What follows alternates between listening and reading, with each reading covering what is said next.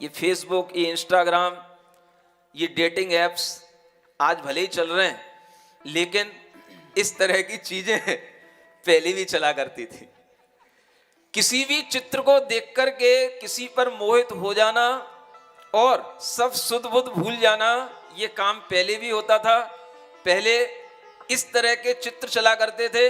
आज सब चित्र आपके दिमाग में आने से पहले आपके मोबाइल में आ जाते हैं। आप उसमें से सेलेक्ट करते हैं किससे हमें अपनी रिलेशनशिप बनाना है, किससे हमें डेटिंग करना है, किससे हमें अपना संबंध बनाने के लिए अपना पूरा प्रोफाइल उसके लिए मैच करके उसके सामने रखना है।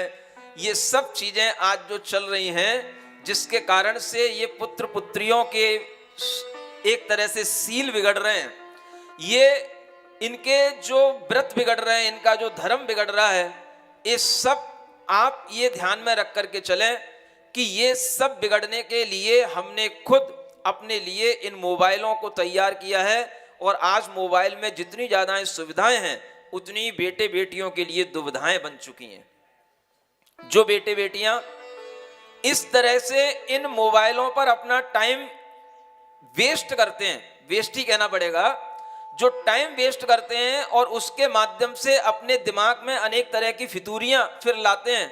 और धीरे धीरे कभी कभी तो ऐसा भी देखने में आता है, लोग खतरों से खेलते हैं। ये सब खतरे हैं, लेकिन खतरों से खेलने का मन सबका चलता है।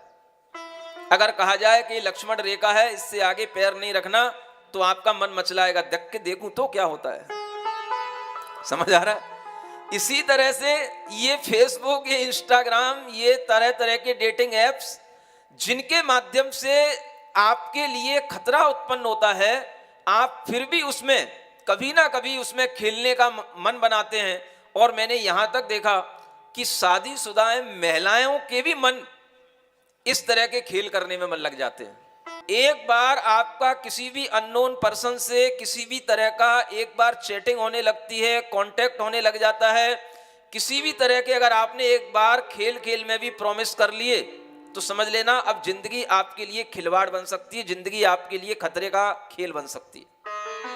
और इसी तरह के खतरे के खेलों में अनेक बेटियां, अनेक बहुएं उलझती चली जाती हैं। आए दिन आपके सामने इस तरह की न्यूज आती हैं कि उस लड़की को किसी लड़के ने अपने स्थान पे बुला करके उसका मर्डर कर दिया, उसको मार दिया, उसके टुकड़े टुकड़े कर दिए, उसका कत्ल कर दिया।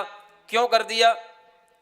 क्योंकि इस तरह से लड़कों के पास भी लड़कियों की कमी नहीं है और लड़कियों के पास भी लड़कों की कमी नहीं है। खेल दोनों तरह से चल रहा है, दोनों तरफ से चल रहा है, और दोनों तरफ से घटनाएं सुनने में आती हैं। लड़कियां भी लड़कों का मर्डर कर रही हैं और लड़के भी लड़कियों का मर्डर कर रहे हैं। जब लड़कियों के लिए लड़कों को लगता है कि ये मुझे ज्यादा परेशान कर रही है, या लड़की को ये लगता है कि ये किसी और से भी बातचीत करता है, तो उसे वो चीज सहन नहीं होती। उसके संबंध कई से हैं और वो समझती है कि ये केवल मेरे लिए ही है। और जब उसे पता पड़ता है कि ये संबंध कईयों से बनाए हुए हैं, तो फिर वह उससे कुछ पूछताछ करती है, उसकी जानकारी लेती है।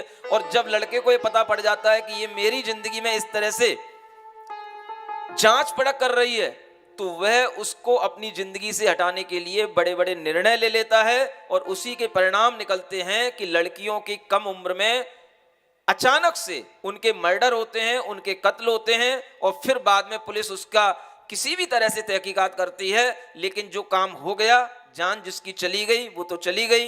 ये खेल ऐसे चल रहे हैं, जिन खेलों से अगर हम अपने बेटे बेटियों को नहीं बचा पाए, तो ये खेल उन बेटे बेटियों के जीवन को बर्बाद कर रहे हैं।